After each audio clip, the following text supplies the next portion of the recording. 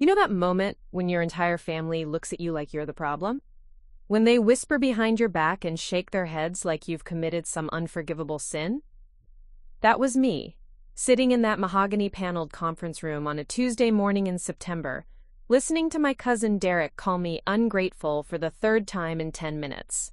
Little did they know, I was holding something in my purse that would change everything they thought they knew about Grandpa Samuel's final wishes. But I'm getting ahead of myself. Let me start from the beginning.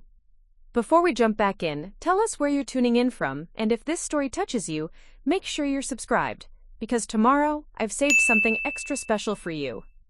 The law offices of Henderson, Martinez Associates smelled like expensive coffee and old leather. You know the kind of place where even the magazines on the waiting room table look like they cost more than most people's monthly grocery budget. I'd been sitting there for 20 minutes, watching my relatives trickle in one by one, each of them dressed like they were attending a board meeting rather than mourning the loss of our family's patriarch. My name is Jessica Marie Thompson, and at 32 I was what my family politely called the creative one, and less politely called the disappointment. While my cousins climbed corporate ladders and bought houses in gated communities, I taught art classes at the local community center and lived in a converted garage apartment behind Mrs. Patterson's house on Elm Street. Not exactly the American dream my grandfather Samuel Thompson had envisioned for his bloodline. Grandpa Sam had been a force of nature. Born in 1932 in rural Kansas, he'd built Thompson Manufacturing from a single welding shop into a multi-million-dollar operation that supplied parts to automotive companies across the Midwest. He was the kind of man who wore the same work boots for 15 years, drove a pickup truck until the wheels fell off, and never met a problem he couldn't solve with hard work and common sense. But to me, he wasn't Samuel Thompson, CEO and local legend. He was just Grandpa Sam, the man who taught me how to change a tire when I was 12, who showed up to every one of my high school art shows even when the rest of the family was too busy, and who never once made me feel like my dreams were too small or too impractical. The conference room filled up slowly. My Aunt Patricia arrived first, clicking across the marble floor in heels that probably cost more than I made in a month. Patricia was my father's sister, a real estate mogul who owned half the commercial properties in downtown Springfield. She'd inherited Dad's sharp jaw and our grandfather's head for business, but none of his warmth. Behind her came her husband Robert, a soft-spoken accountant who'd learned long ago that the safest place in any conversation was complete silence. Next through the door was my cousin Derek, Patricia's golden boy. At 28, Derek was everything the Thompson family expected their heir to be: Harvard MBA, corner office at Thompson Manufacturing, engaged to a surgeon named Amanda who came from old money.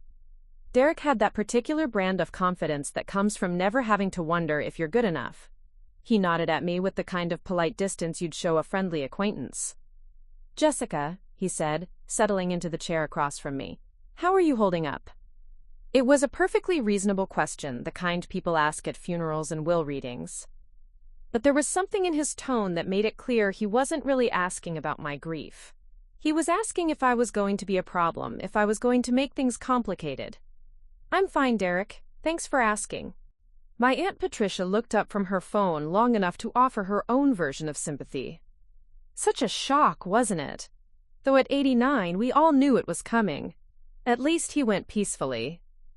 There it was, the Thompson family's approach to death. Practical, matter-of-fact, and already focused on what came next. No messy emotions, no extended mourning period. Grandpa Sam was gone, and now it was time to divide up his legacy like a business transaction. The last to arrive was my Uncle Michael, my father's younger brother, along with his wife Linda and their twin daughters Sarah and Michelle. Michael had always been the family rebel, the one who'd chosen teaching over business and who drove a Honda Civic instead of a BMW. But even he had done better than me in the family's estimation. He owned his own home, had a stable marriage, and raised two daughters who were both pre-med students at Northwestern. "Sorry we're late," Michael said, slightly out of breath. "Traffic on I-55 was murder." Linda smiled apologetically and took the seat next to me. Of all my relatives, she was probably the only one who'd ever made an effort to understand my choices. When I decided to pursue art education instead of business, she'd been the one who'd said, "The world needs teachers too." As we settled into our seats around the long conference table, I couldn't help but notice the choreography of it all. Patricia at the head of the table, naturally assuming the position of family matriarch. Derek to her right, already looking like he was mentally calculating inheritance taxes. Michael and his family on one side, me isolated on the other, like I was some kind of unpredictable element that needed to be contained. The door opened one final time, and in walked James Henderson, senior partner and the man who'd been handling the Thompson family's legal affairs for over 20 years. Henderson was exactly what central casting would order if they needed a small-town lawyer. Silver hair, wire-rimmed glasses, and a manner that suggested he'd seen every family drama imaginable, and wasn't impressed by any of them. "Good morning, everyone," Henderson said, settling behind a mahogany desk that probably weighed more than my car. "First, let me express my condolences on Samuel's passing. He was a remarkable man, and I was honored to call him both a client and a friend." There were murmurs of agreement around the table, the sort of polite acknowledgments that people make when they're eager to get to the main event. Henderson opened a thick manila folder and withdrew several documents. "Samuel left very specific instructions about how he wanted this handled, so I'll get straight to the reading of the will." The room fell silent except for the distant hum of traffic outside and the soft ticking of an antique clock on the bookshelf. This was the moment we'd all been anticipating, the moment when Grandpa Sam's final wishes would reshape our family's future. "I, Samuel Robert Thompson, being of sound mind and body, do hereby make this my last will and testament," Henderson began, his voice taking on the formal cadence that lawyers use when they're delivering news that will change lives. The opening paragraphs were standard legal language, but I found myself studying my family's faces as Henderson read. Patricia sat perfectly straight, her expression neutral but alert, like a cat watching a mouse hole. Derek had pulled out his phone and was taking notes, already thinking like the businessman he'd been trained to be. Michael and Linda held hands under the table, and I could see Linda giving his fingers a reassuring squeeze. And then came the first surprise. "To my son Robert Thompson, who passed before me, I leave my eternal love and the regret that we never had the chance to reconcile our differences. My father had died in a car accident when I was 15, and his relationship with Grandpa Sam had been complicated, to put it mildly. Dad had wanted to be a musician, had actually been quite talented, but Grandpa Sam had pushed him into the family business instead. They'd spent years in a cold war of mutual disappointment, and Dad's death had left that wound unhealed." Henderson continued, "To my daughter Patricia Thompson Walsh, I leave my gratitude for her business acumen and her dedication to the Thompson legacy. Patricia, you have always understood the value of hard work and smart investments." Patricia smiled slightly, the first genuine emotion I'd seen from her all morning. "To my son Michael Thompson, I leave my respect for his choice to follow his own path and his commitment to education and family." Michael squeezed Linda's hand a little tighter. "To my grandson Derek Walsh, I leave my hope that he will continue to build upon what previous generations have created." Derek looked up from his phone, nodding solemnly. Henderson paused, looking directly at me before continuing. "To my granddaughter Jessica Marie Thompson, I leave my appreciation for her artistic gifts and her gentle heart." There it was, the polite acknowledgement, the pat on the head, the gentle dismissal wrapped in affection. I felt my cheeks burn with embarrassment, and something that might have been anger. But Henderson wasn't finished. "Now, regarding the distribution of my estate," he continued, and I could feel the tension in the room ratchet up several notches. This was what everyone had really come to hear. "I leave my primary residence at 1247 Oak Ridge Drive to my daughter Patricia, along with all furnishings and personal effects contained therein." Patricia nodded, unsurprised. The house was worth at least $800,000, and she'd been managing most of Grandpa Sam's affairs for the past 5 years. "I leave my vacation property in Lake Geneva, Wisconsin, to my son Michael and his family to be used as they see fit." Linda actually gasped softly. The lake house was beautiful, and Michael's family had spent many summers there, but no one had expected it to go to him rather than to Patricia or Derek. "I leave my collection of vintage automobiles to my grandson Derek, along with the garage facility where they are housed." Derek's eyes lit up. Grandpa Sam's car collection was legendary in our family: a 1967 Mustang, a 1970 Chevelle SS, and 6 other classics that were worth a small fortune. Henderson looked down at the will again, and I braced myself for whatever small token I'd receive. Maybe his old fishing gear, or his collection of woodworking tools, something practical and modest that acknowledged my place in the family hierarchy. To my granddaughter, Jessica Marie Thompson, Henderson read, I leave the sum of $5,000. $5,000. Not nothing, but certainly not much compared to what everyone else was receiving. I forced myself to smile and nod, to look grateful for what felt like a consolation prize. But Derek apparently had other ideas about my level of gratitude.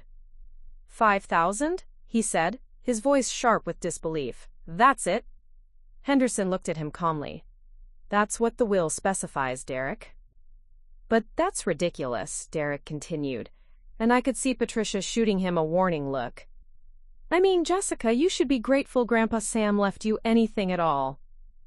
It's not like you ever contributed to the family business or helped take care of him when he was sick. The words hit me like a physical blow, not because they were entirely untrue. I hadn't worked at Thompson Manufacturing, and I hadn't been able to help with Grandpa Sam's care the way Patricia and Derek had, but because of the casual cruelty with which Derek delivered them. Derek, Michael said quietly, that's enough. But Derek was on a roll now, his voice getting louder and more righteous. No, seriously. Jessica disappears for months at a time, barely shows up for family gatherings, and now she's gonna sit there and pout because she only got $5,000? Come on. I felt every eye in the room turn to me, waiting to see how I'd respond. Part of me wanted to defend myself, to explain that I'd visited Grandpa Sam every week until his health declined, that I'd been the one to sit with him for hours listening to his stories about the old days. But I knew it wouldn't matter. In Derek's mind, I was the ungrateful relative who'd taken everything for granted and contributed nothing in return. I'm not pouting, I said quietly, and I am grateful. Are you? Patricia asked, and there was something in her tone that made me look at her more carefully. Because you look pretty disappointed to me. This was how it always went in our family. Any emotion other than polite gratitude was seen as evidence of poor character. If I looked sad, I was ungrateful. If I looked confused, I was entitled. There was no acceptable way to be human in a room full of Thompsons. Henderson cleared his throat diplomatically. If there are no other questions about the will, I think we can conclude. Actually, I said, and my voice sounded steadier than I felt, I do have a question. The room fell silent again, but this time the quality of the silence was different, expectant, maybe even a little wary. Is this the complete will? I asked Henderson directly. Everything Grandpa Sam wanted us to know? Henderson's expression didn't change, but something flickered behind his eyes. This is the will that Samuel instructed me to read today, yes. It was a lawyer's answer, precise and careful, and it told me exactly what I needed to know. Preparing and narrating this story took us a lot of time, so if you are enjoying it, subscribe to our channel. It means a lot to us. Now back to the story. Derek leaned back in his chair, a smirk playing at the corners of his mouth. What exactly are you implying, Jessica? That there's some secret codicil hidden away somewhere? This isn't a movie. The condescending tone in his voice made my jaw clench, but I kept my expression neutral. I'm not implying anything. I'm asking a direct question. Patricia stood up abruptly, her chair scraping against the hardwood floor. James, thank you for your time. I think we're done here. She began gathering her purse and coat with sharp, efficient movements. Jessica, if you have concerns about the will, you can discuss them privately with Mr. Henderson. There's no need to create drama in front of the entire family. Drama? The word escaped before I could stop it. I asked one simple question. And you got your answer, Derek said, standing as well. Look, I get it. Nobody likes feeling left out. But Grandpa Sam made his choices, and they were fair choices. Patricia and I have been running Thompson Manufacturing for years. Uncle Michael gets the lake house because he actually uses it. You get $5,000, which is honestly more generous than... Than what? I interrupted, my voice sharper than I'd intended. More generous than what, Derek? The room went dead quiet. Even Robert, who'd barely spoken all morning, looked up from his phone. Michael and Linda exchanged glances, and I could see Linda's hand move protectively toward her daughter's.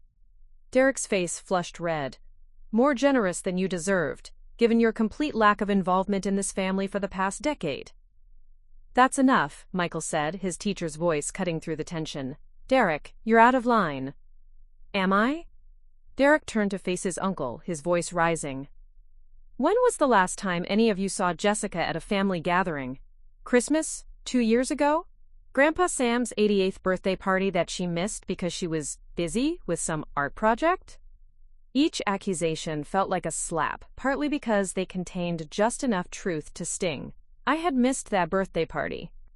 I'd been helping organize a community art show for underprivileged kids, something that had felt important at the time but now seemed selfish and small in the face of Derek's anger.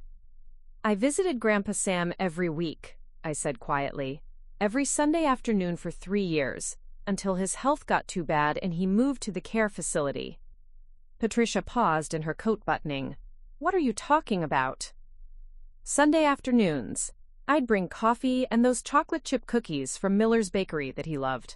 We'd sit on his back porch and talk about everything. His childhood in Kansas, the early days of the business, Mom's garden that he still maintained after she died.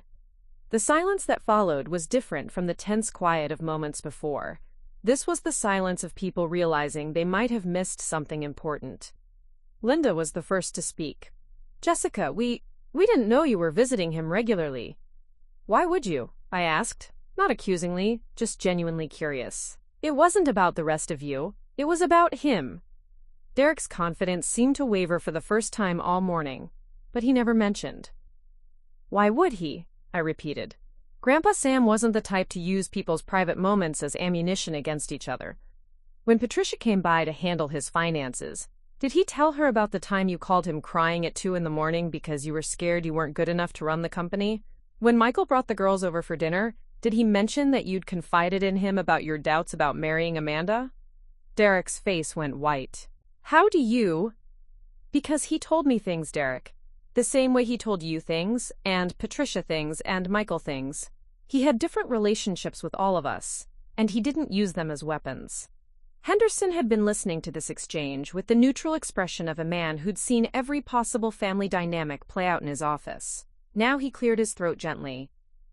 If I may, he said, his voice carefully professional, I think this might be a good time to wrap up today's proceedings. The will has been read, and all parties have been informed of their inheritances. If anyone has specific legal questions, they can make an appointment to discuss them privately. Patricia nodded briskly. Exactly, Jessica, if you want to contest the will, that's your right, but you'll need to do it through proper channels. I don't want to contest anything, I said, standing up and slinging my purse over my shoulder. I just want to understand. As the family began filing out of the conference room, I lingered, pretending to look for something in my purse, while actually trying to process what had just happened. The meeting I dreaded had somehow become even worse than I'd anticipated. Not only had I received what felt like a token inheritance, but I'd been publicly labeled as ungrateful and absent by the cousin I'd once considered a friend. Jessica? Henderson's voice made me look up. The room had cleared except for the two of us, and he was studying me with an expression I couldn't quite read. Could I have a word? My heart started beating faster. Of course. He moved to close the door, then returned to his seat behind the massive desk. I've been the Thompson family attorney for 23 years, he began, steepling his fingers.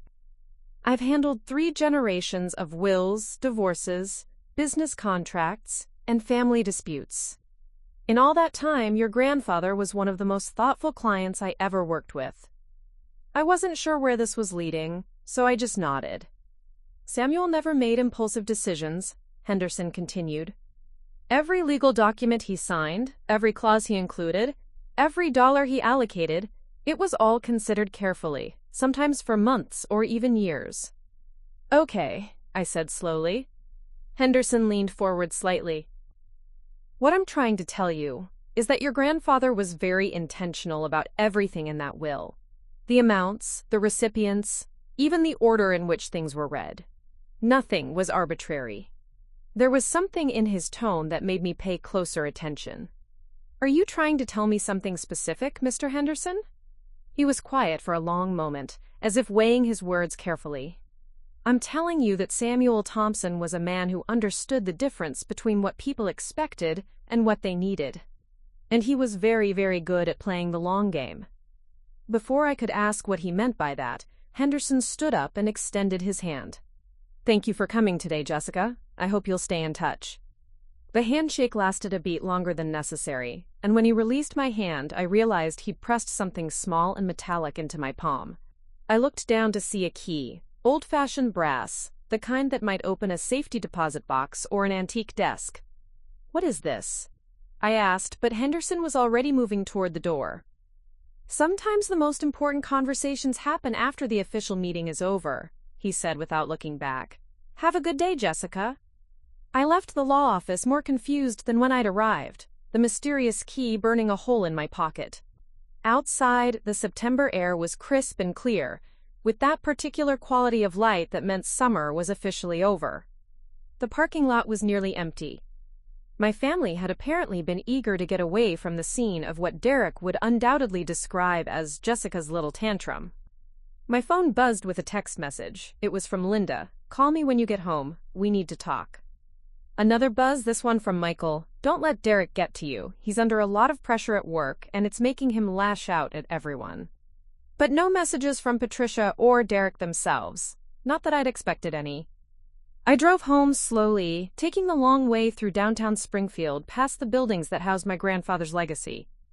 Thompson Manufacturing occupied an entire city block, its red brick facade and tall windows giving it the solid, permanent look of a business built to last.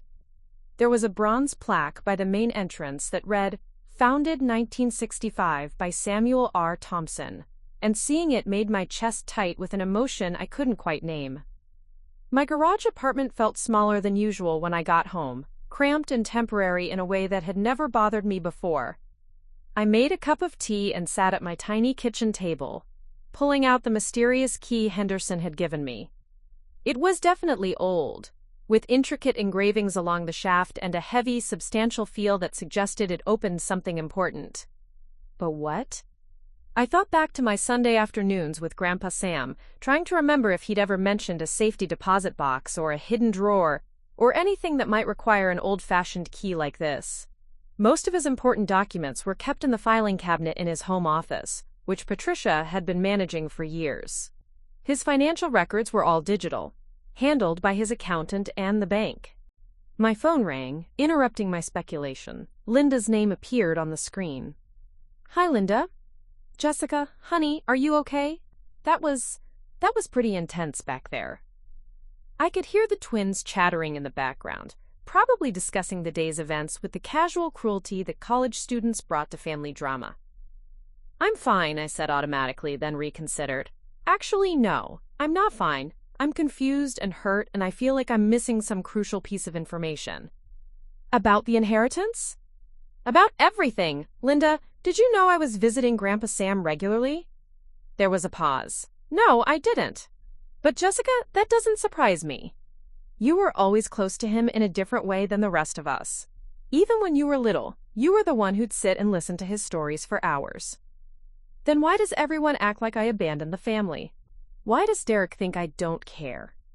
Linda sighed, and I could picture her in her kitchen, probably cleaning up after lunch while juggling this conversation and whatever crisis the twins were dealing with.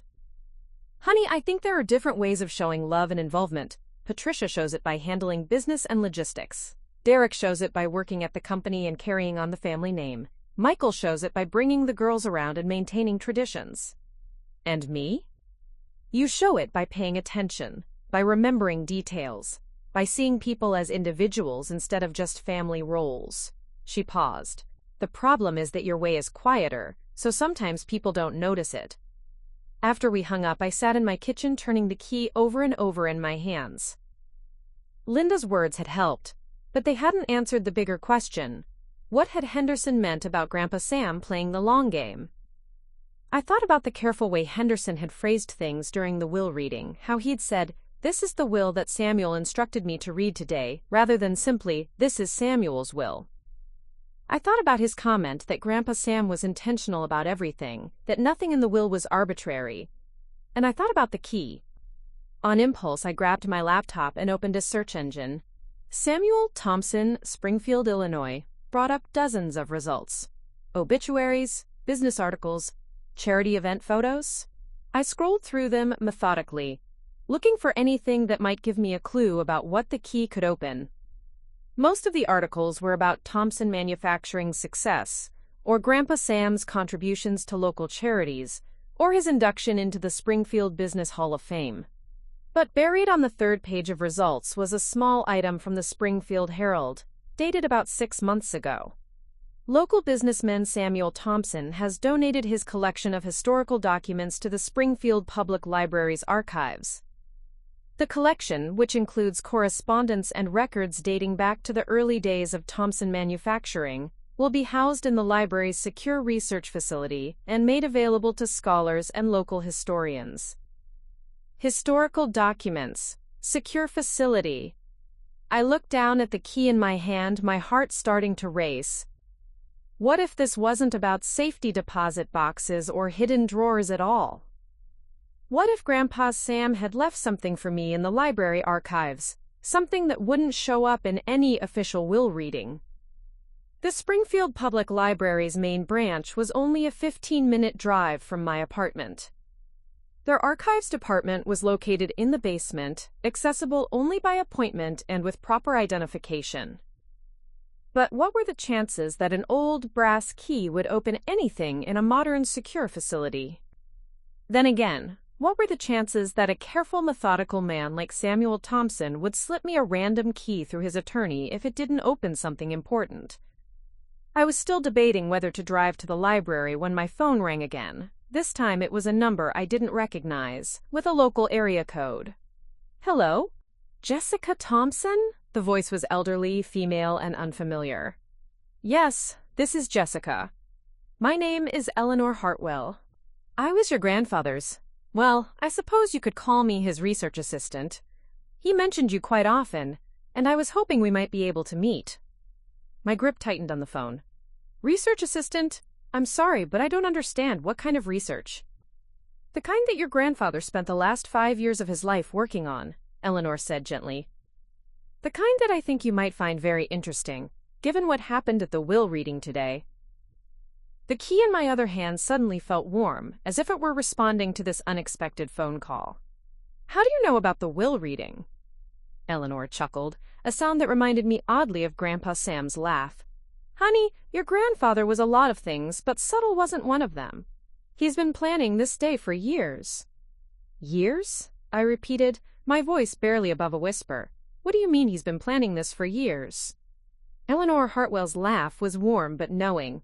Oh, my dear, your grandfather was quite the strategist. He understood people better than they understood themselves. Would you be available to meet tomorrow afternoon? There's a lot I need to show you. My mind was spinning. Mrs. Hartwell, I don't even know who you are. How did you get my number? How do you know about the will reading? The key James Henderson gave you? The fact that your family thinks you're ungrateful? Eleanor's voice was gentle but matter-of-fact. Jessica, your grandfather talked about you constantly. He knew exactly how today would unfold, right down to Derek's accusations and Patricia's dismissive attitude. A chill ran down my spine. That's impossible. Is it? Think about it, honey. Your grandfather built a multi-million-dollar business from nothing. You don't do that without understanding human nature. He knew his family, knew their patterns, knew their weaknesses and strengths. Most importantly, he knew you. I sank into my kitchen chair, the brass key still warm in my palm. What kind of research were you helping him with? The kind that involves a lot of old documents, financial records, and some very interesting discoveries about your family's history, Eleanor said. Meet me tomorrow at 2 p.m. at the Riverside Cafe on 5th Street. It's the little place with the blue awning near the antique shops. I'll be wearing a red cardigan and carrying a manila folder that's going to change your perspective on everything. Before I could ask any more questions, the line went dead. I stared at my phone for a full minute, trying to process what had just happened. A research assistant I'd never heard of, who somehow knew intimate details about my family dynamics and had been working with Grandpa Sam on some mysterious project for 5 years. It sounded like something out of a conspiracy thriller, not the quiet life of a retired businessman in Springfield, Illinois. But then again, 6 hours ago I would have said it was impossible that my grandfather would leave me a cryptic key through his attorney too. I spent the rest of the evening trying to focus on grading art projects from my community center classes, but my mind kept wandering. Every few minutes, I'd find myself staring at the key, turning it over in my hands, wondering what secrets it might unlock. The brass was worn smooth in places, as if it had been handled frequently over many years. Around 9 o'clock, my phone buzzed with a text from Derek. "Sorry about earlier. Stress makes me say things I don't mean. Hope you understand." It was the closest thing to an apology I was likely to get from him, and under normal circumstances, I might have appreciated the gesture. But tonight, with Eleanor Hartwell's words echoing in my mind, Derek's text felt calculated somehow, as if he were trying to manage potential family discord rather than genuinely apologizing. I typed back, "It's fine. See you at the next family gathering." But even as I sent it, I wondered if there would be a next family gathering, and whether I'd still be the same person who showed up to it. The next day crawled by with excruciating slowness. I taught my morning classes at the community center, helped a group of elderly students with a watercolor landscape, and listened to Mrs. Rodriguez talk about her grandson's soccer tournament. Normal life, normal interactions, but I felt like I was watching it all from behind glass.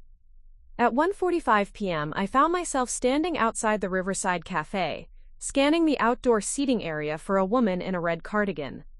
The cafe was exactly as Eleanor had described it, a charming little place with mismatched tables and the kind of homemade pie that drew people from across town. I spotted her immediately. Eleanor Hartwell was probably in her early 70s, with silver hair pulled back in a neat bun and sharp blue eyes behind wire-rimmed glasses.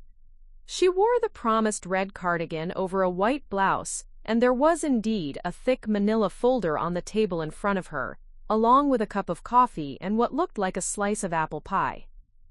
"Jessica?" she asked as I approached, and her smile was warm and genuine. "You look exactly like your grandfather described. Please, sit down."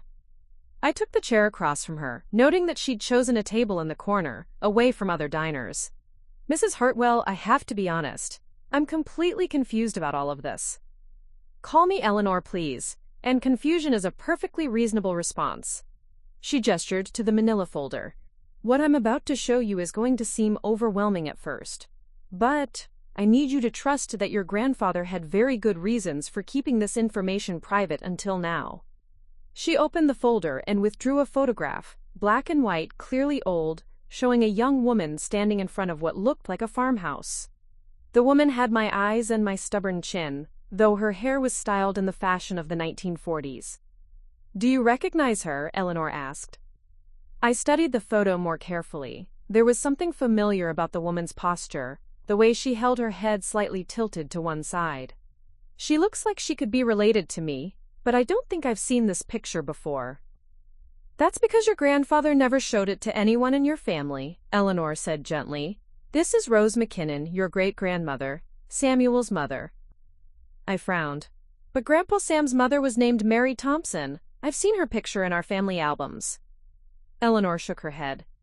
"Mary Thompson was Samuel's stepmother. She married his father when Samuel was 12, after Rose died. Your grandfather was raised by Mary, and she was a wonderful woman who loved him as her own son. But Rose McKinnon was his birth mother, and she left him something that your family has never known about." She withdrew another document from the folder.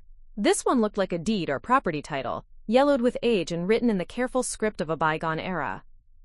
"Rose McKinnon owned 640 acres of farmland in eastern Kansas," Eleanor continued. "Prime agricultural land that her own father had homesteaded in the 1890s. When she died in 1944, that land passed to her son Samuel, though he was too young to understand its value at the time." I looked up from the deed, my heart starting to race. What happened to the land? "That's where the story gets interesting," Eleanor said, pulling out a modern survey map. "Samuel's father was struggling financially after Rose's death. He needed money to keep the family farm running and to support his young son. So he made a deal with a local businessman named Howard Brennan." She pointed to a section of the survey map that was highlighted in yellow. Brennan agreed to lease Rose's land for farming, with the understanding that Samuel could reclaim it when he turned 21. In the meantime, Brennan would pay all the property taxes and give Samuel's father a small annual payment. "But Grandpa Sam never mentioned owning land in Kansas," I said, though even as I spoke, I was remembering Sunday afternoon conversations about his childhood, his nostalgic stories about endless wheat fields and summer storms rolling across the prairie. Eleanor smiled sadly, because when Samuel turned 21, Brennan convinced him that the land wasn't worth much, just a few $100s an acre at most. Samuel was eager to start his manufacturing business and needed capital, so he sold his inheritance to Brennan for what seemed like a fair price at the time. She paused, letting that sink in, then continued. What Samuel didn't know was that Brennan had commissioned a geological survey of the property the year before. The land wasn't just good for farming, it was sitting on top of one of the largest natural gas deposits in Kansas. The pieces started clicking together in my mind. And Brennan knew this when he convinced Grandpa Sam to sell? Oh yes, Brennan made millions from that natural gas over the next 30 years. And Samuel spent decades thinking he'd made a smart business decision, never knowing he'd been cheated out of a fortune. Eleanor withdrew another set of documents, these ones much more recent, with official letterheads and legal terminology. About 6 years ago, your grandfather started having doubts about that old transaction.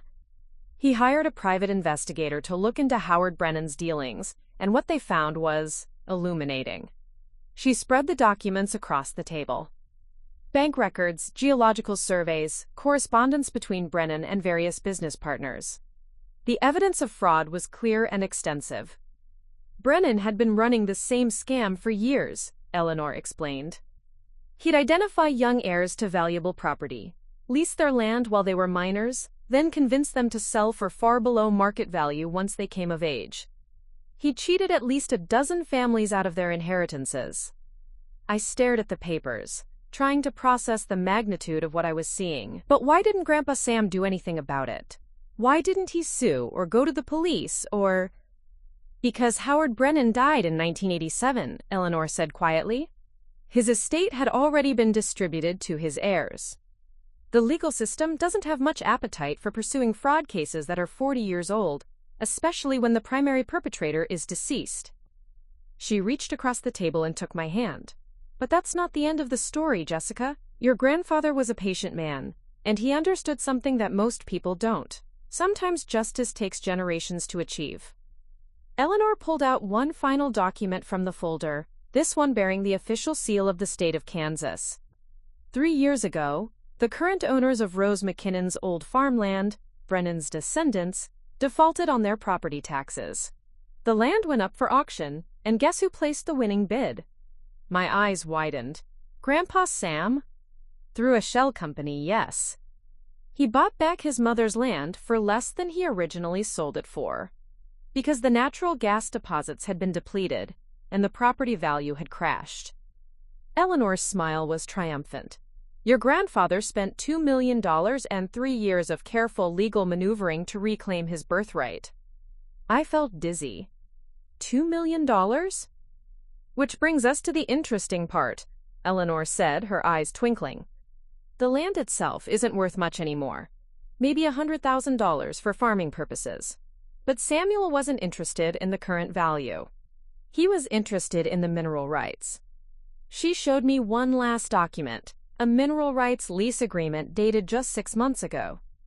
It turns out that while the natural gas is mostly gone, the geological surveys missed something important. There is a significant oil deposit beneath the eastern section of the property, a very significant deposit. The paper in my hands seemed to be vibrating, though I realized it was actually my hands that were shaking. How significant. Eleanor leaned back in her chair, clearly enjoying the moment. Significant enough that the oil company is paying $12 million for a 5-year extraction lease, with an option to purchase the mineral rights outright for an additional $30 million. I stared at her, my mouth opening and closing without making any sound. Jessica, Eleanor said gently, your grandfather didn't just leave you $5,000 in his will. That was for show, for the family to maintain the appearance that you were getting the smallest inheritance. She reached into her purse and pulled out a business card, Samuel Thompson Holdings, LLC, and slid it across the table to me. The oil lease money, along with the original $2 million he spent to buy back the land, plus interest and legal fees, has been held in a private trust that has nothing to do with his estate. A trust that, as of yesterday, has a single beneficiary. My vision started to blur around the edges. Me? Eleanor nodded. You, my dear. Your grandfather spent the last 5 years of his life making sure that Rose McKinnon's great-granddaughter would finally receive what was rightfully hers. $42 million, give or take? The brass key in my purse suddenly made perfect sense. The safety deposit box, I whispered, contains all the original documents, including your great-grandmother's deed, and a letter Samuel wrote explaining everything, Eleanor confirmed. He wanted you to understand not just what you were inheriting, but why you were inheriting it. I looked around the cafe, at the normal people having normal conversations over coffee and pie, and wondered if I was having some kind of stress-induced hallucination. Eleanor, this is impossible. I mean, $42 million? That's more money than I could spend in 10 lifetimes. Yes, she said simply, it is. But why me? Why not Derek or Patricia or Michael? They're the ones who worked in the business, who took care of the family responsibilities. Eleanor held up a hand to stop me. Jessica, has it occurred to you that your grandfather might have chosen you precisely because you didn't do those things? Because you were the one person in his family who wasn't motivated by money or business success? She leaned forward, her voice becoming more intense. Samuel spent 5 years researching his family's financial history, and what he discovered was that Rose McKinnon wasn't just cheated out of her land, she was systematically excluded from important family decisions because she was a woman. She was never asked what she wanted to do with her inheritance. It was simply assumed that the men in her life knew better. The parallel hit me like a physical blow. Like what happened to me yesterday. Exactly like what happened to you yesterday, Eleanor said firmly. Your grandfather watched Derek and Patricia and even Michael make assumptions about your worth, your contributions, your desires. He watched them dismiss you the same way Rose McKinnon was dismissed. She gathered the documents back into the manila folder, her movements careful and deliberate. Samuel Thompson was many things, but he was not a man who believed in repeating the mistakes of the past. This inheritance isn't just about money, Jessica. It's about justice. It's about making sure that this time, the woman who was underestimated gets to decide her own future. I sat in Eleanor's car outside First National Bank, clutching the brass key so tightly that its edges had left imprints on my palm. The last hour felt like a fever dream. $42 million, oil deposits, a great-grandmother I'd never known about, and a conspiracy of justice that had been brewing for 5 years right under my family's nose. Are you ready for this? Eleanor asked gently, studying my face with the concern of someone who'd watched other people receive life-changing news. I don't think anyone could be ready for this, I admitted. Eleanor, what if this is all some kind of mistake? What if the oil company changes their mind, or the lease falls through, or… Jessica. Her voice was firm but kind. Your grandfather was many things, but reckless wasn't one of them. He spent 3 years having every aspect of this deal verified by independent experts. The money is real, the oil deposit is real, and your inheritance is absolutely legitimate. She reached into her purse and pulled out a business card. This is Marcus Webb, the attorney who's been handling the trust. He's expecting your call once you've read Samuel's letter. He'll walk you through all the legal details and help you understand your options. I took the card, noting the elegant letterhead of a Chicago law firm I'd definitely never be able to afford under normal circumstances. What kind of options? Well, for starters, you'll need to decide whether you want to maintain the oil lease or sell the mineral rights outright. The lease payments will give you steady income over 5 years, while selling immediately would give you a larger lump sum. There are tax implications either way. My head was spinning again. 6 months ago, my biggest financial decision had been whether I could afford to replace my car's dying transmission. Now I was being asked to make choices involving tens of millions of dollars. But first, Eleanor continued, you need to read what your grandfather wrote for you. He spent months crafting that letter, and I think it will help you understand not just what he's given you, but why.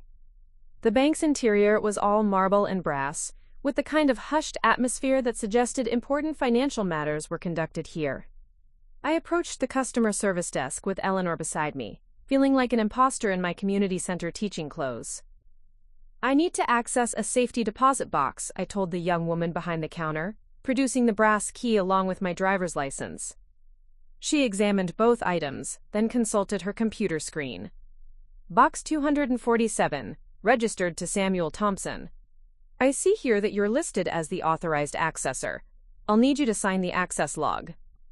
As she led us through a series of security doors into the vault area, I couldn't help but marvel at the irony. Yesterday, I'd been the family disappointment who barely warranted a $5,000 inheritance. Today, I was walking into a bank vault to claim an inheritance that would make me wealthier than the rest of my family combined.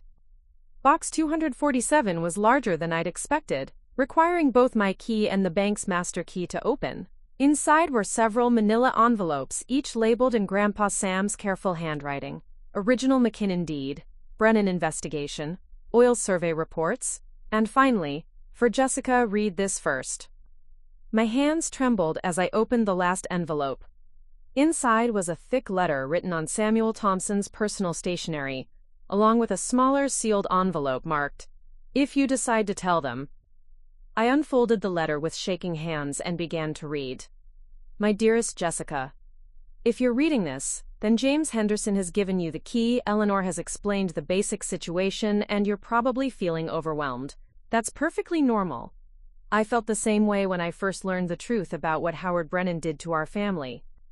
But before we talk about money or oil or justice, I want you to understand something important. This inheritance isn't a gift, it's a restoration. You're not receiving something you don't deserve. You're finally getting what was always rightfully yours.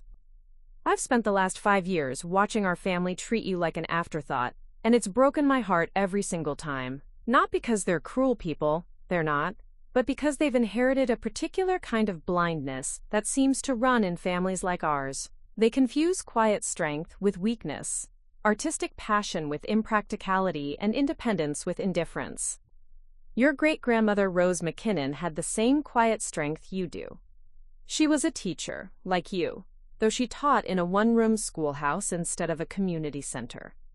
She painted watercolors in her spare time and grew vegetables that she shared with anyone who needed them. The men in her life loved her, but they didn't understand her, and when she died, they made decisions about her legacy without ever asking what she would have wanted. I made the same mistake, Jessica. When Brennan convinced me to sell that land, I never once thought about whether Rose would have approved of the transaction. I was so eager to prove myself as a businessman that I dismissed her memory as irrelevant to my future. It wasn't until 6 years ago, when I was going through old family papers after your grandmother died, that I found Rose's diary. She'd written about her hopes for that land, her dreams of it supporting future generations of McKinnon women who might need independence and security. She'd specifically written that she hoped it would someday help her granddaughters and great-granddaughters have choices that she never had. Reading that diary was like being punched in the stomach. I realized that I hadn't just been cheated by Howard Brennan. I'd cheated Rose McKinnon's memory by not honoring her intentions. And I'd cheated you by allowing our family to continue the pattern of undervaluing the women who don't fit conventional expectations. So I spent the next 5 years making it right. Not just the money, though the money is important, but the principle. I wanted to make sure that this time, when a McKinnon woman inherited something valuable, she would be the one to decide what to do with it. The sealed envelope contains a letter explaining everything to the rest of the family, along with copies of all the relevant documents. Whether you choose to share this information with them is entirely up to you. You can tell them immediately, wait until you're ready, or never tell them at all. This is your inheritance, your decision, your future. But I hope you'll remember something as you navigate this new reality. You were never the family disappointment, Jessica. You were the family conscience. You were the one who remembered that success isn't just about money or status. It's about how you treat people, especially people who can't do anything for you in return. Your Sunday visits meant more to me than all of Patricia's financial management and Derek's business acumen combined. You listened when I talked about the old days. You laughed at my terrible jokes. You brought me those chocolate chip cookies even though you couldn't really afford them. You saw me as a person, not just as a patriarch or a business owner.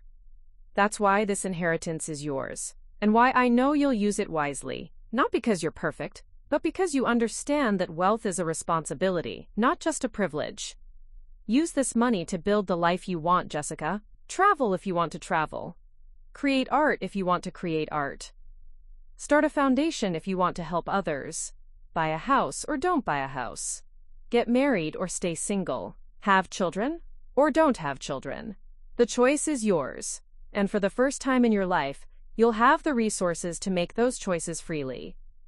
But whatever you do, don't let anyone, family or otherwise, convince you that you don't deserve this. Don't let them make you feel guilty for inheriting what was always meant to be yours. And don't let them pressure you into using this money in ways that serve their vision of who you should be. Rose McKinnon never got to see her great-granddaughter become an independent woman. But I have, and I'm proud of the person you've become. I'm proud of your kindness, your creativity, your quiet strength, and your stubborn refusal to be anyone other than exactly who you are. The oil money is just the beginning, sweetheart. What you do with it, that's going to be the real legacy. With all my love and respect, Grandpa Sam. P.S. Eleanor has been more than a research assistant these past few years. She's been a good friend and a wise counselor. I hope you'll consider keeping her in your life as you navigate this transition. She understands both the opportunities and the challenges that come with sudden wealth, and she'll never judge you for the choices you make. I read the letter twice, tears streaming down my cheeks by the time I finished. Eleanor had been watching me quietly, and when I looked up, she handed me a small packet of tissues. He was right about the diary, she said softly. Rose McKinnon was remarkable.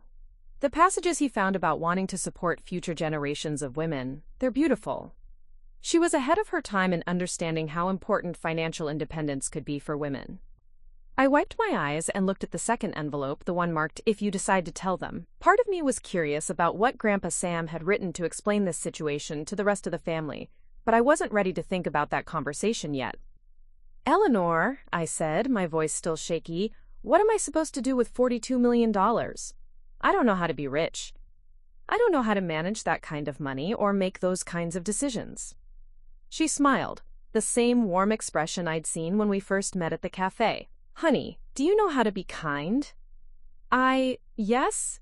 Do you know how to think before you act? How to consider the consequences of your choices?" "I think so." "Do you know how to ask for help when you need it?" I nodded.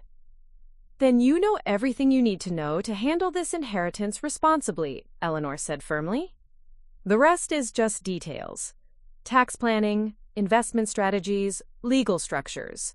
Marcus Webb and his team will handle all of that. Your job is to figure out what kind of life you want to build." We spent another hour at the bank, going through all the documents in the safety deposit box, oil survey reports that confirmed the size and value of the deposit, legal papers establishing the trust and my status as sole beneficiary, financial projections showing various scenarios for managing the inheritance. It was overwhelming and surreal, like being handed the blueprints for a life I'd never imagined. As we walked back to Eleanor's car, I found myself looking at everything differently. The bank building, where I'd just discovered I was worth $42 million. The downtown streets where I'd grown up thinking I was the family failure. The community center in the distance, where I taught art classes to people who assumed I was just getting by, financially speaking. "Eleanor," I said as we reached her car, "can I ask you something personal?" "Of course."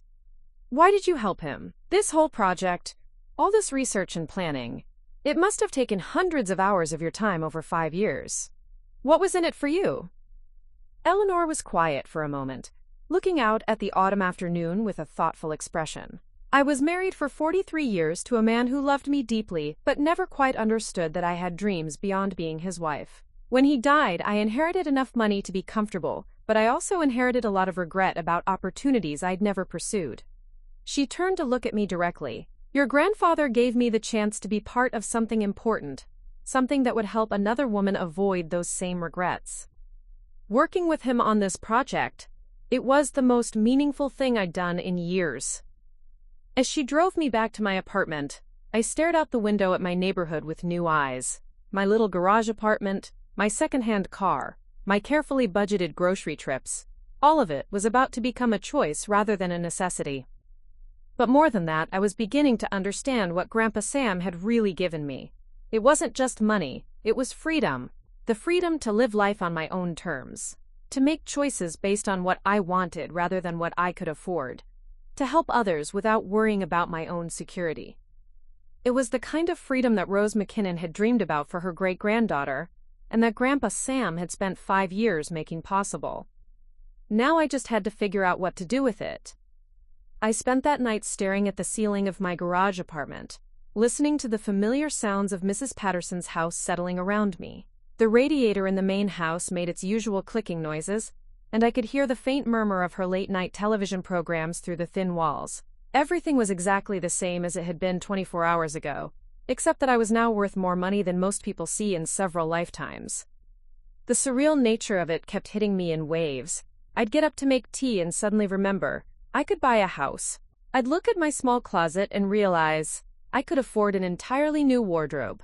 I'd glance at my laptop where I'd been researching affordable graduate programs for months and think, I could go anywhere, study anything without worrying about student loans. But along with the excitement came something I hadn't expected: guilt. Why should I have $42 million when my students at the community center could barely afford art supplies? What had I done to deserve this kind of wealth when there were teachers and social workers and nurses who worked twice as hard as I did and lived paycheck to paycheck? By Thursday morning, I still hadn't called Marcus Webb, the Chicago attorney Eleanor had recommended.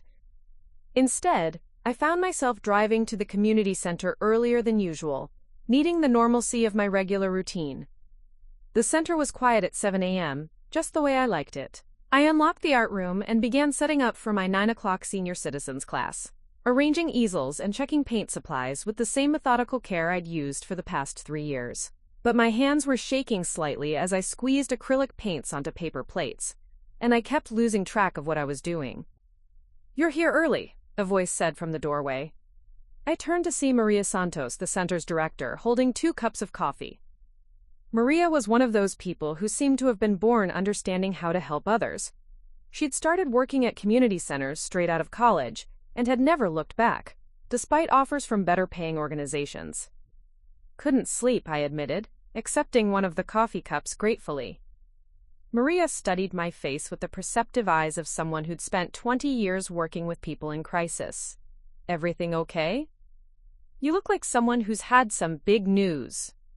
For a moment, I considered telling her everything. Maria was probably the closest thing I had to a best friend, and she was certainly the person who best understood my work and my values. But something held me back. Maybe the memory of Grandpa Sam's letter, his warning about how sudden wealth could change people's perceptions of you. "Family stuff," I said instead, which was technically true. "My grandfather's will was read earlier this week." "Ah," Maria nodded knowingly. "That can be complicated. How are you holding up?" "I'm not sure yet," I said honestly. "It's going to take some time to process." We worked together in comfortable silence for a few minutes, Maria helping me arrange chairs while I finished prepping paint stations. The routine was soothing, and I found myself thinking about how much I genuinely loved this work, teaching art to elderly students who approached creativity with the fearlessness that comes from having nothing left to prove. Watching Mrs. Rodriguez discover she had a talent for landscapes, or seeing Mr. Kim's face light up when he mixed the perfect shade of blue. Would I still love it if I didn't need the paycheck? Would my students treat me differently if they knew I was secretly wealthy? Would the authenticity of our relationships survive that kind of revelation? "Maria," I said suddenly, "can I ask you something hypothetical?" She looked up from arranging paintbrushes. "Shoot."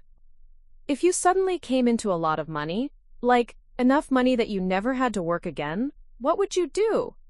Maria laughed. "Are we talking lottery winnings here? Because I've definitely had that fantasy. Let's say inheritance. From a family member you weren't expecting it from."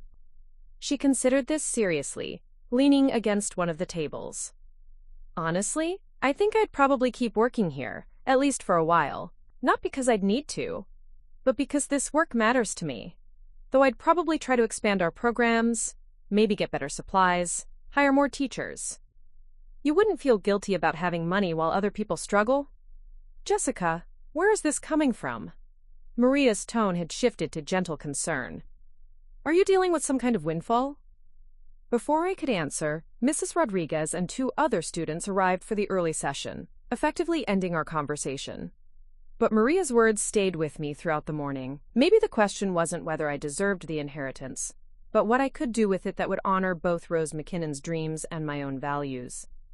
After my classes ended, I finally worked up the courage to call Marcus Webb. His secretary put me through immediately as if she'd been expecting my call. "Miss Thompson." Webb's voice was warm and professional, with the kind of confidence that comes from handling complex financial matters regularly.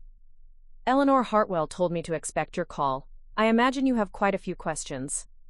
"That's an understatement," I said, settling into my car in the community center parking lot. "Mr. Webb, I have to be honest. I don't know anything about managing this kind of money. I've never even had a financial advisor." "That's perfectly fine," he assured me. "Most people aren't prepared for sudden wealth, regardless of the amount. The important thing is that you take time to make thoughtful decisions rather than rushing into anything." Over the next 30 minutes, Webb walked me through the basics. The oil lease payments would begin next month and continue for 5 years, providing me with approximately $700,000 annually after taxes. The option to sell the mineral rights outright would net around $28 million after legal fees and taxes. Either way, I'd need to establish proper investment accounts and probably hire a wealth management team. "For now," Webb suggested, "I'd recommend keeping your current lifestyle while you adjust to this change. Don't make any major purchases or commitments for at least 6 months. Give yourself time to think about your long-term goals." It was good advice, but I could already feel the weight of having to make decisions that would affect not just my own future but potentially the lives of many other people. With this kind of money, I could fund scholarships, support arts programs, help struggling families in my community. The possibilities were both exciting and overwhelming. After hanging up with Webb, I sat in my car for a long time, watching students come and go from the community center. Teenagers heading to after-school programs, elderly folks arriving for their social groups, young mothers bringing toddlers to playgroups. All of them living their lives, dealing with their own challenges and celebrations, completely unaware that the art teacher sitting in the parking lot had just become one of the wealthiest people in Springfield. My phone buzzed with a text message. It was from Patricia. "Family dinner Sunday at Derek's new place. 6 p.m. Hope you can make it."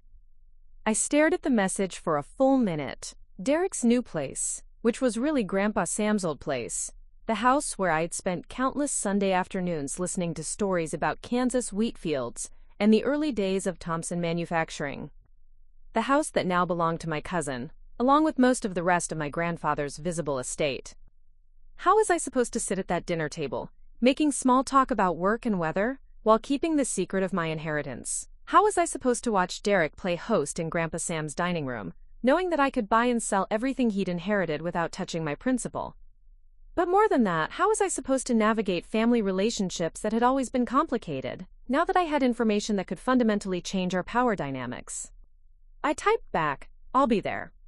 That evening, I drove to Eleanor's house for the first time. She lived in a modest ranch home in one of Springfield's older neighborhoods, with a well-maintained garden and the kind of front porch that suggested long summer evenings spent reading books and watching the world go by. "I was hoping you'd call," she said, welcoming me into a living room filled with books, comfortable furniture, and family photos spanning several decades. "How are you processing everything?" "I'm terrified," I admitted, settling into an armchair that felt like it had been designed for honest conversations, not of the money itself, but of what it might do to my relationships, my work, my sense of who I am. Eleanor nodded knowingly. "Those are all perfectly reasonable fears. Sudden wealth can be as traumatic as sudden poverty. In its own way, your entire relationship with the world changes overnight." She brought us both tea and settled into the chair across from me. "Have you thought about whether you want to tell your family?" "That's what I came here to ask you about," I said. "What would you do in my position?" Eleanor was quiet for a moment, studying my face. "Jessica, what do you think would happen if you told them right now?" I considered this carefully. Honestly, I think Derek would be furious. He'd probably convince himself that I somehow manipulated Grandpa Sam, or that the whole thing was unfair. Patricia would immediately start trying to manage the situation, giving me advice about investments and tax strategies, whether I wanted it or not. Michael would be happy for me, but also worried about family dynamics. "And how would those reactions make you feel?" "Awful," I said immediately, like I'd ruined something that could never be fixed. "Then maybe the question isn't whether to tell them, But when to tell them and how, Eleanor suggested. Your grandfather included that letter to the family for a reason, but he also left the timing entirely up to you. She leaned forward slightly. Here's what I learned from watching Samuel navigate this decision. Family relationships that are healthy can survive financial changes. Family relationships that are built on power imbalances and unspoken resentments often can't. Meaning that if your family truly loves and respects you for who you are, they'll eventually be happy about your good fortune, even if they struggle with it initially. But if their relationship with you has been based on seeing you as less than them, then your financial independence is going to threaten their sense of order.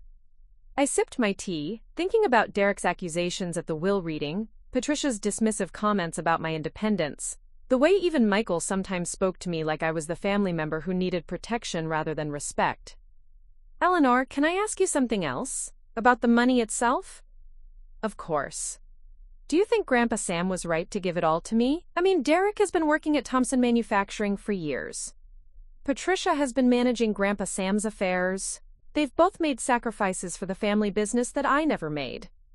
Eleanor set down her teacup and looked at me seriously. Jessica, do you know what your cousin Derek's salary is at Thompson Manufacturing? I shook my head. $250,000 a year, plus bonuses and profit sharing. Patricia's real estate investments are worth approximately $8 million. Michael owns his home outright and has a pension that will provide comfortable retirement. I blinked in surprise. How do you know all that? Because your grandfather asked me to research the entire family's financial situation before making his final decisions about the inheritance. He wanted to make sure that his choices were based on need as well as merit. Eleanor reached for a folder on the side table and withdrew a single sheet of paper. This is a summary of everyone's current financial status, as of 6 months ago. The numbers were staggering. Not only were my family members much wealthier than I'd realized, but the gap between their financial security and my precarious paycheck-to-paycheck existence was enormous. Your grandfather knew that Derek and Patricia would be fine financially, Eleanor continued. They've already benefited from family connections, business opportunities, and inherited advantages. You're the only one who's been making it entirely on your own with no safety net. But they worked for it. Did they? Eleanor interrupted gently. Derek got his job at Thompson Manufacturing straight out of college, without having to compete with outside candidates. Patricia's first major real estate investment was funded by a loan from Samuel's business, at below-market interest rates. Michael's teaching job came with health insurance and retirement benefits that most people in his position don't have access to. She folded the paper and put it back in the folder. I'm not saying they didn't work hard, Jessica. They did. But they worked hard with advantages and opportunities that you were never offered. Because I chose a different path, I said. Because you chose a path that served others instead of building wealth, Eleanor corrected. There's a difference. As I drove home that night, I thought about the family dinner on Sunday, and about the sealed letter in my purse that could change everything. I thought about Derek hosting dinner in Grandpa Sam's house, probably feeling like he'd finally achieved his rightful place in the family hierarchy. Most of all, I thought about what Grandpa Sam had written. This inheritance was about giving me choices. And the first choice I had to make was whether to continue living in the shadow of my family's assumptions about my worth, or to step into the light of my own power. By the time I reached my garage apartment, I'd made a decision. I would go to Sunday dinner, but I wouldn't go as the grateful recipient of a token inheritance. I would go as Rose McKinnon's great-granddaughter, carrying the secret of her restored legacy, ready to see my family with new eyes. And if Derek wanted to call me ungrateful again, well, I'd have a very interesting response prepared. Sunday afternoon arrived with the kind of crisp October weather that made Springfield look like a postcard. I stood in front of my closet for 20 minutes, trying to decide what to wear to dinner at what used to be Grandpa Sam's house. Everything felt loaded with meaning now. Too casual and I'd look like I wasn't making an effort. Too formal and I'd seem like I was trying to prove something. I finally settled on a simple navy dress that I'd worn to gallery openings. Nice enough to show respect, but comfortable enough that I could move freely if I needed to make a quick exit. In my purse, carefully tucked into the inside pocket, was the sealed envelope Grandpa Sam had left for the family. I wasn't sure I'd use it tonight, but I wanted to have it with me just in case. The drive to Oak Ridge Drive took me through the heart of Springfield's historic district, Past the Thompson Manufacturing Building with its bronze plaque, past the community center where I'd spent Friday morning teaching watercolor techniques to a group of seniors who still called me Miss Jessica, despite my repeated requests for informality. Everything looked different now that I knew the truth about my family's financial dynamics. The wealth gaps, the inherited advantages, the assumptions about success and worthiness that had shaped our relationships for decades. Grandpa Sam's house, Derek's house now, I reminded myself, looked exactly the same from the outside. The same oak trees in the front yard, the same wraparound porch where I'd spent countless hours listening to stories about the old days. But there were subtle changes that marked Derek's ownership. New outdoor furniture that looked expensive but somehow less welcoming than Grandpa Sam's old wooden chairs, a modern security system panel by the front door, landscape lighting that was probably more about property value than ambiance. I sat in my car for a moment, gathering my courage. Through the front windows, I could see the warm glow of lights and the movement of people inside. My family, preparing for a dinner that they expected to be routine but that I knew had the potential to change everything. Patricia answered the door, looking perfectly put together in a way that suggested she'd spent time planning her outfit. "Jessica, right on time, come in, come in." The interior of the house was subtly different, too. Derek had kept most of Grandpa Sam's furniture, but he'd rearranged things and added his own touches. The family photos on the mantelpiece had been reorganized to give more prominence to Derek's achievements. His MBA graduation, his engagement announcement, photos from Thompson Manufacturing events where he appeared alongside important-looking businessmen. "Something smells amazing," I said, following Patricia into the kitchen. "Derek's been cooking all afternoon," she said with obvious pride. "He's become quite the chef since he moved in here. I keep telling him he should have been a restaurateur instead of going into manufacturing."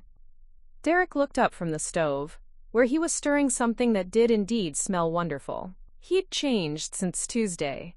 The tension from the will reading seemed to have evaporated, replaced by the confident ease of someone who'd claimed his rightful territory. "Jessica, glad you could make it." His smile seemed genuine, though I caught him glancing at my dress as if trying to assess whether I'd made an appropriate effort. "Hope you're hungry. I might have gone a little overboard." Michael and Linda were setting the table in the dining room, the same table where our family had gathered for holidays and special occasions since I was a child. The same chairs where I'd sat as a teenager, listening to Derek and Patricia discuss business strategies that went completely over my head. The same place where I'd always felt like the observer rather than the participant in important family conversations. Aunt Jessica! Sarah and Michelle, the twins, appeared from the living room where they'd apparently been studying. At 19, they were both pre-med students with their mother's warmth and their father's intellectual curiosity. They'd always treated me more like a fun older sister than an authority figure, and their genuine pleasure at seeing me helped ease some of my nervousness. "How's Northwestern treating you?" I asked, accepting hugs from both of them. "Brutal but amazing," Michelle said. "Organic chemistry is trying to kill me, but I'm surviving." "And Sarah's already talking about medical school applications," Linda added, bringing in a pitcher of water. "Can you believe it? It feels like yesterday they were in elementary school." As we gathered around the table, I found myself paying attention to details I'd never noticed before. The casual way Patricia checked her phone during grace, as if important business calls might interrupt even family dinners. The subtle deference that Michael and Linda showed when discussing their own plans, always checking to see how Patricia and Derek reacted before expressing strong opinions. The way Derek naturally assumed the head of table position that had been Grandpa Sam's, as if leadership was his birthright. The dinner conversation followed predictable patterns. Derek talked about expansion plans for Thompson Manufacturing, describing potential contracts and market opportunities, with the enthusiasm of someone who genuinely loved the business side of things. Patricia shared updates about her real estate investments, mentioning dollar amounts and profit margins, with the casual confidence of someone for whom money was just a tool for keeping score.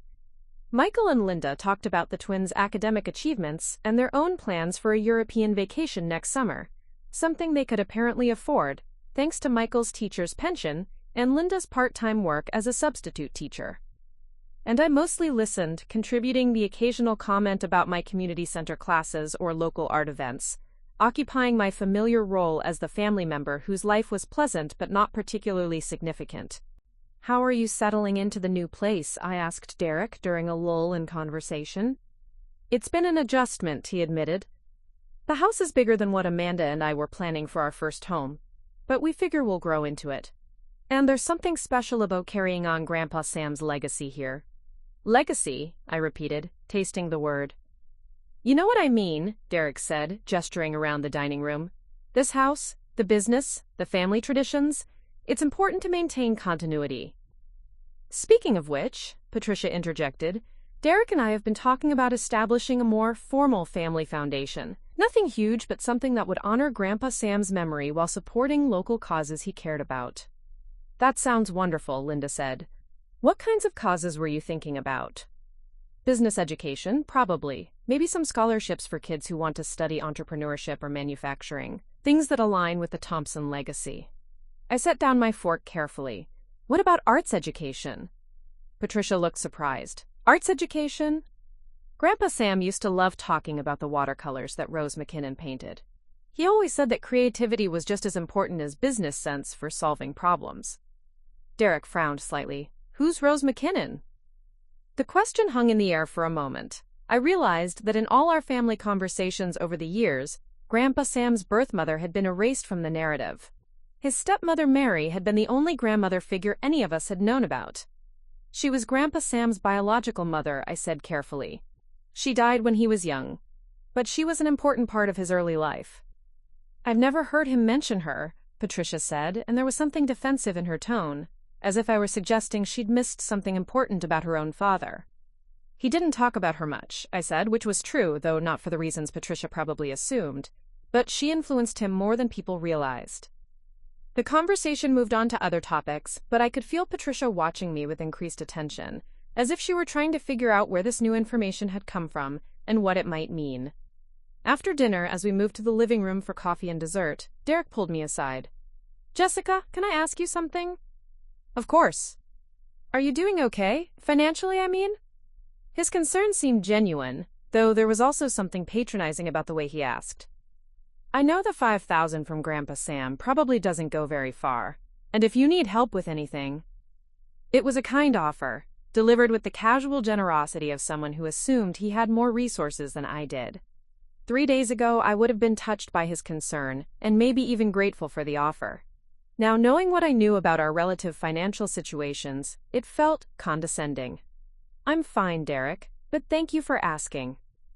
Because I've been thinking about what I said at the will reading, and I feel bad about calling you ungrateful. That was out of line. Was it? I asked quietly. Derek looked taken aback by the question. What do you mean? Do you actually think I was ungrateful? Or were you just upset that I asked questions about the will? He was quiet for a moment, apparently trying to figure out how to navigate this conversation. Look, I think maybe you had unrealistic expectations about the inheritance. Grandpa Sam was always fair, but he was also practical. He left things to the people who were best positioned to handle them. Best positioned how? Come on, Jessica, you know how. Patricia and I have been involved in the family business for years. We understand financial management, investment strategies, legal responsibilities. Michael has a stable career and a family to think about. You. He trailed off, apparently realizing he was about to say something that might be hurtful. I what, Derek? You're an art teacher, he said finally, as if that explained everything. That's not a criticism, it's just a fact. Grandpa Sam knew that giving you a large inheritance might not be appropriate. The word appropriate hit me like a slap. Not because it was cruel, but because it revealed so much about how Derek saw me. How the whole family saw me. I was the person who needed to be protected from too much responsibility, too much money, too much power. Appropriate, I repeated. You know what I mean. Actually, I don't think I do. Can you explain what makes me inappropriate for financial responsibility? Derek looked uncomfortable, glancing toward the dining room where the rest of the family was still talking. Look, this isn't the time or place for this conversation. When would be the time and place? Jessica, what's gotten into you? This isn't like you. And there it was. The assumption that I should stay in my assigned role. That questioning the family's financial decisions, quote, wasn't like me. The expectation that I should be grateful for whatever I received, and not ask uncomfortable questions about fairness or respect. I reached into my purse and pulled out the sealed envelope Grandpa Sam had left for the family. Derek's eyes widened when he saw his grandfather's handwriting on the front. "What is that?" "Something I think you all need to read," I said, my voice steadier than I felt. "Something Grandpa Sam wanted you to know." The conversation in the dining room had gone quiet. Patricia, Michael, Linda, and the twins were all looking toward us, sensing that something important was happening. "Jessica," Patricia said, walking into the living room, "what's going on?" I held up the envelope. Grandpa Sam left something else. Something he wanted me to share with all of you when I was ready. Derek's face had gone pale. "Another will?" "Not exactly," I said. "More like an explanation." Patricia's expression had shifted from confusion to something that looked like suspicion. An explanation of what? I took a deep breath, thinking about Rose McKinnon and her dreams for future generations of women who would have choices she never had. I thought about Grandpa Sam spending 5 years planning this moment, understanding that justice sometimes required disrupting comfortable assumptions about who deserved what. "An explanation of why you all need to stop calling me ungrateful," I said, breaking the seal on the envelope. "And why the inheritance you think you understand is actually just the beginning of the story." The living room had gone completely silent, except for the ticking of Grandpa Sam's old grandfather clock. 7 pairs of eyes were fixed on me as I unfolded the letter he'd written to explain everything to the family. My hands were remarkably steady, considering that I was about to detonate a bomb that would reshape every relationship in this room. "This is from Grandpa Sam," I began, my voice carrying clearly in the hushed space. "He wrote it for all of you, to be read when I decided the time was right." Patricia had moved closer, her real estate agent instincts clearly sensing that something significant was about to happen. Derek was still pale, his confident host demeanor completely evaporated. Michael and Linda exchanged worried glances, while Sarah and Michelle looked fascinated by the unexpected drama. I cleared my throat and began to read. "To my beloved family, Patricia, Derek, Michael, Linda, Sarah, Michelle, and anyone else who may be present when Jessica shares this letter. If you're hearing this, it means that Jessica has decided to tell you about the inheritance I arranged for her outside of my official will. Before you react with shock, anger, or confusion, I want you to understand exactly why I made these choices. For the past 5 years, I have watched our family treat Jessica as if her contributions were less valuable than yours, simply because they couldn't be measured in dollars or business metrics. I have watched you dismiss her artistic pursuits as hobbies rather than recognizing them as the meaningful work they are. Most painfully, I have watched you assume that she deserved less financial security because she chose a path focused on service rather than wealth accumulation. This inheritance is not a gift, it is a restoration of justice that is 79 years overdue." Derek interrupted, his voice sharp with disbelief. "What inheritance? Jessica, what is he talking about?" I looked up from the letter. "The oil and mineral rights to Rose McKinnon's land in Kansas, worth approximately $42 million. The silence that followed was profound. Patricia's mouth actually fell open. Michael blinked several times as if he were trying to process a math problem that didn't compute. Linda reached for his hand automatically. The twins looked at each other with expressions that clearly said, "Did she just say $42 million?" Derek was the first to find his voice, though it came out as more of a croak. "That's impossible." "Is it?" I asked, continuing to hold the letter. "Should I keep reading? Or would you like to tell me again how inappropriate I am for financial responsibility?" Patricia had recovered enough to shift into her take-charge mode. "Jessica, this is obviously some kind of mistake or misunderstanding. Even if Dad had that kind of money, which I doubt, there would be legal requirements, tax implications, documentation, all of which have been properly handled by Marcus Webb and Associates in Chicago," I said calmly. "Along with Brennan, Hartwell, and Phillips in Geneva, and the mineral rights team at Continental Resources. Would you like me to give you their contact information so you can verify everything?"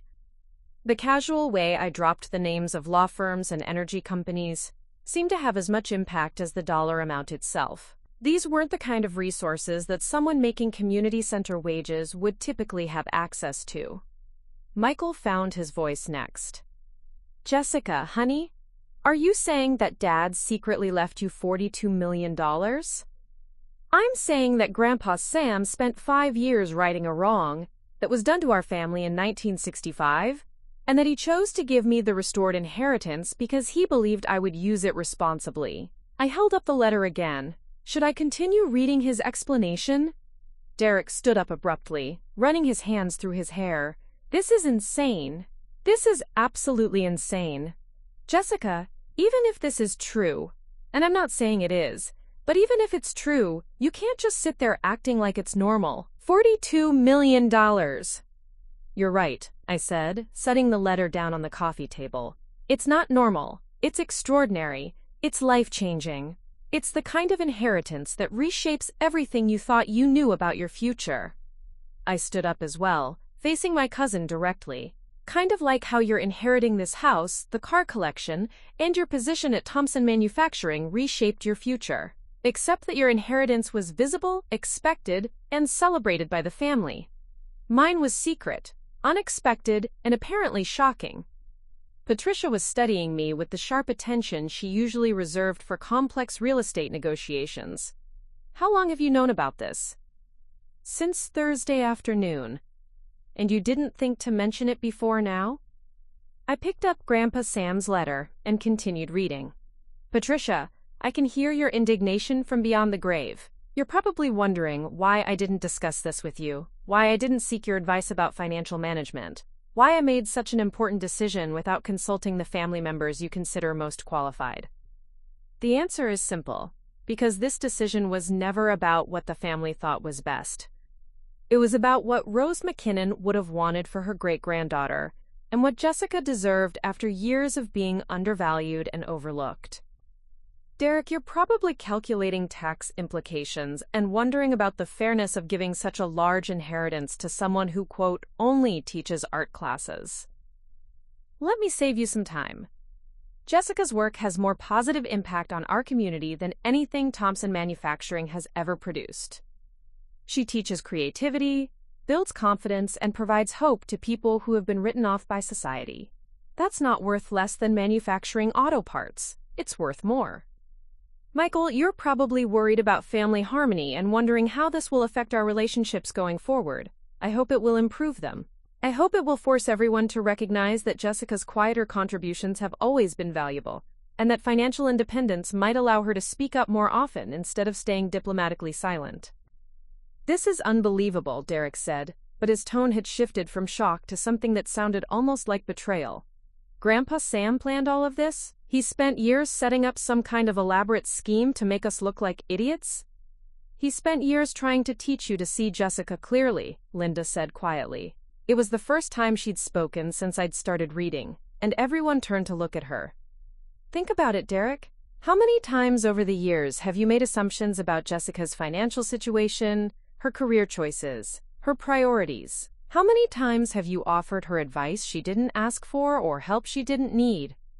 I was trying to be supportive. You were trying to be superior, I said, my voice steady but firm. There's a difference. Sarah, who had been listening with the fascination of someone watching a real-life drama unfold, raised her hand tentatively. Aunt Jessica? Can I ask what you're going to do with $42 million? It was such a practical, genuine question that it cut through the tension in the room. I looked at my 19-year-old niece and saw curiosity rather than judgment, excitement rather than resentment. I don't know yet, I admitted. I'm still figuring that out. But I know I want to continue teaching. I know I want to support arts education and help people who have been overlooked the way I was. Beyond that, I shrugged. I guess I have the luxury of time to decide. Patricia had been uncharacteristically quiet, but now she spoke up. Jessica, I owe you an apology. I looked at her in surprise. I've been managing Dad's finances for years, and I thought I understood his priorities, his values, his intentions. I clearly didn't understand anything. She sat down heavily in one of the armchairs. And you're right about how we've treated you. We have been condescending, haven't we? Sometimes, I said gently. But I don't think it was intentional.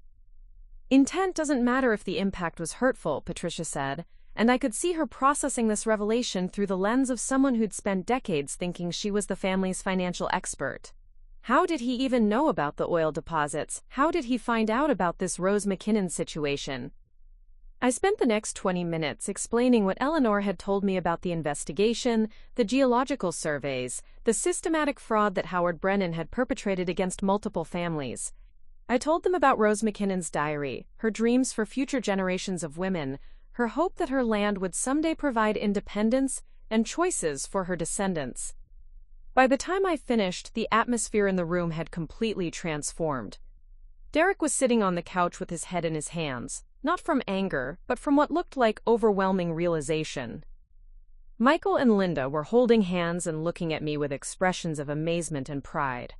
The twins were asking practical questions about mineral rights and oil extraction, as if they were already mentally incorporating this information into their pre-med studies.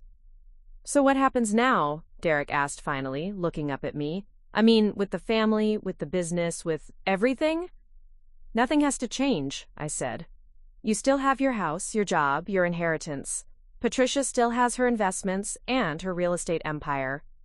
Michael still has his pension and his lake house.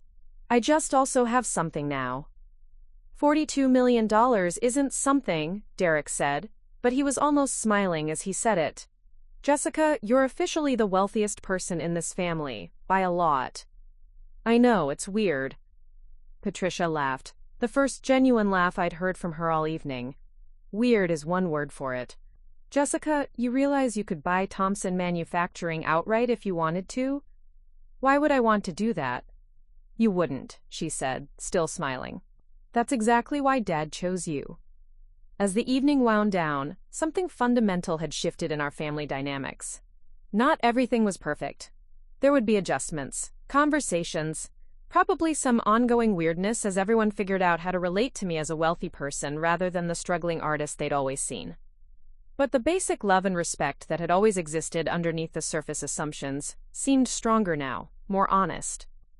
Derek walked me to my car, and for the first time in years, we talked like equals, rather than like a successful businessman and his well-meaning but impractical cousin. "Jessica," he said as I was getting into my car, "I want you to know that I'm proud of you, not because of the money, but because of how you handled all of this. The way you stood up for yourself tonight, the way you made us see things differently, that took courage." "Thank you," I said. "That means a lot." "And Jessica? If you ever want to talk about investment strategies or tax planning or any of the practical stuff, I'm here. Not because I think you can't handle it, but because family should help family when they're asked." 6 months later, I was standing in the main gallery of the newly opened McKinnon Art Center, watching Mrs. Rodriguez explain her latest watercolor landscape to a group of visitors. The center occupied a beautiful converted warehouse downtown and offered free art classes, financial literacy workshops, and career counseling to anyone who wanted them. Eleanor had helped me design the programs, drawing on her years of community work and her understanding of what people really needed to build stable, creative lives. We'd hired Maria Santos as the executive director, giving her the resources she'd always dreamed of having to serve our community. The center was named after Rose McKinnon, and her story was told in a small exhibit near the entrance. Visitors could read about her dreams for future generations, her artistic talents, and her belief that creativity and financial independence were both essential for a full life.